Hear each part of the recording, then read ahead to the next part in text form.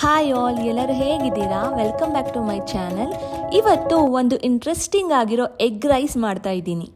ಮೊದಲಿಗೆ ಒಂದು ಪಾತ್ರೆಗೆ 2-3 ಸ್ಪೂನ್ ಎಣ್ಣೆ ಹಾಕ್ಕೊಂಡು ಸಣ್ಣದಾಗಿ ಹಚ್ಚಿಟ್ಕೊಂಡಿರೋ ಈರುಳ್ಳಿ, ಬೀನ್ಸ್, ಕ್ಯಾರೆಟ್ ಮತ್ತು ಹಸಿ ಬಟಾಣಿನ ಹಾಕ್ಕೊಳ್ತಾ ಇದ್ದೀನಿ. ಈಗ ಸೀಸನ್ ಆಗಿರೋದ್ರಿಂದ ಹಸಿ ಬಟಾಣಿನ ಯೂಸ್ ಮಾಡಿದ್ದೀನಿ ಅಷ್ಟೇ. ಈಗ ತರಕಾರಿ ಚೆನ್ನಾಗಿ ಫ್ರೈ ಆಗೋ ಅಷ್ಟೊತ್ತಿಗೆ ಒಂದು ಮಿಕ್ಸಿ ಜಾರಿಗೆ ಒಂದು ಸಣ್ಣ ಎಸಳು ಶುಂಠಿ, 5-6 ಹಸಿಮೆಣಸಿನ್ಕಾಯಿ ಮತ್ತು ಒಂದು ಮೀಡಿಯಂ ಸೈಜ್ ಬೆಳ್ಳುಳ್ಳಿನ ಹಾಕ್ಕೊಂಡು ಚೆನ್ನಾಗಿ ಫೈನ್ ಪೇಸ್ಟ್ ಮಾಡ್ಕೊಳ್ತಾ ಇದ್ದೀನಿ. ಸೊ ಈಗ ಈ ಪೇಸ್ಟ್ನ ಇದೇ ತರಕಾರಿ ಜೊತೆಗೆ ಹಾಕ್ಕೊಂಡು ಚೆನ್ನಾಗಿ ಫ್ರೈ ಮಾಡ್ಕೊಳ್ಬೇಕು. ಹಸಿ ವಾಸನೆ ಹೋಗೋ ತನಕ ಚೆನ್ನಾಗಿ ಫ್ರೈ ಮಾಡ್ಕೊಂಡಾದ್ಮೇಲೆ ಇದಕ್ಕೆ ಸ್ವಲ್ಪ ಸೋಯಾ ಸಾಸ್ನ ಆ್ಯಡ್ ಮಾಡ್ಕೊಳ್ತಾ ಇದ್ದೀನಿ. ಸೋಯಾ ಸಾಸ್ ಇಲ್ಲ ಅಂದರೆ ನಿಂಬೆಹಣ್ಣನ್ನ ಸಹ ಯೂಸ್ ಮಾಡ್ಬೋದು. 2 ರುಚಿ ಒಂದೇ ಬರುತ್ತೆ. ಇನ್ಫ್ಯಾಕ್ಟ್ ನಿಂಬೆಹಣ್ಣು ಹುಳಿ ತುಂಬ ಚೆನ್ನಾಗಿ ಅನಿಸುತ್ತೆ.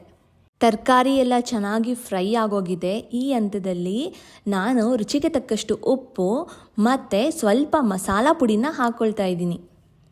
ಸೊ ಈಗ ನಾನಿಲ್ಲಿ 6 ಪ್ಲೇಟ್ ಎಗ್ ರೈಸ್ ಮಾಡ್ತಾ ಇದ್ದೀನಿ. ಸೊ 1 ಪ್ಲೇಟಿಗೆ 2 ಮೊಟ್ಟೆ ಹಂಗೆ ಇಲ್ಲಿ 12 ಮೊಟ್ಟೆನ ಹಾಕ್ಕೊಳ್ತಾ ಇದ್ದೀನಿ.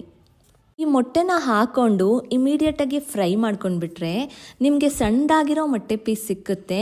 ಇಲ್ಲ ಸ್ವಲ್ಪ ನಿಮಗೆ ದಪ್ಪ ಮೊಟ್ಟೆ ಬೇಕು ಅಂದರೆ ಇದೊಂದು ಸ್ವಲ್ಪ ಹಾಗೆ ಮೊಟ್ಟೆನ ಚೆನ್ನಾಗಿ ಬೇಯೋದಕ್ಕೆ ಬಿಟ್ಟರೆ ನಿಮಗೆ ಸ್ವಲ್ಪ ದಪ್ಪ ಸಿಗುತ್ತೆ.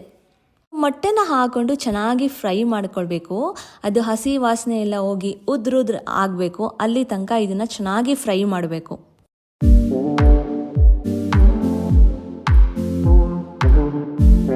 ಸೊ ಮೊಟ್ಟೆ ವೆಜಿಟೇಬಲ್ಸ್ ಎಲ್ಲ ಚೆನ್ನಾಗಿ ಮಿಕ್ಸ್ ಆಗಿ ಚೆನ್ನಾಗಿ ಫ್ರೈ ಆದಮೇಲೆ ಈಗ ಇದಕ್ಕೆ ಅನ್ನನ ಹಾಕ್ಕೊಳ್ಬೇಕು. ಇದನ್ನು ಮಧ್ಯಾಹ್ನ ಮಿಕ್ಕಿರೋ ರೈಸ್ ಇದ್ರೂ ಸಹ ಮಾಡ್ಕೊಳ್ಬೋದು. ಇಲ್ಲಿ ನಾನು ಸ್ವಲ್ಪ ಮಧ್ಯಾಹ್ನದ ರೈಸು ಮತ್ತು ಸ್ವಲ್ಪ ಬಿಸಿ ರೈಸ್ ಎರಡನ್ನೂ ಯೂಸ್ ಮಾಡ್ತಾ ಇದ್ದೀನಿ.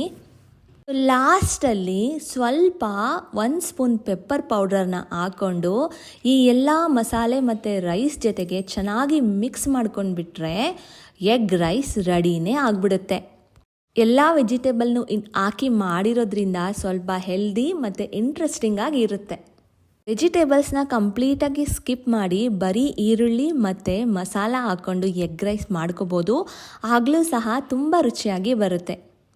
Thank you for watching. ಚಾನಲ್ಗೆ ಸಬ್ಸ್ಕ್ರೈಬ್ ಮಾಡ್ಕೊಂಡು ನೋಡಿ.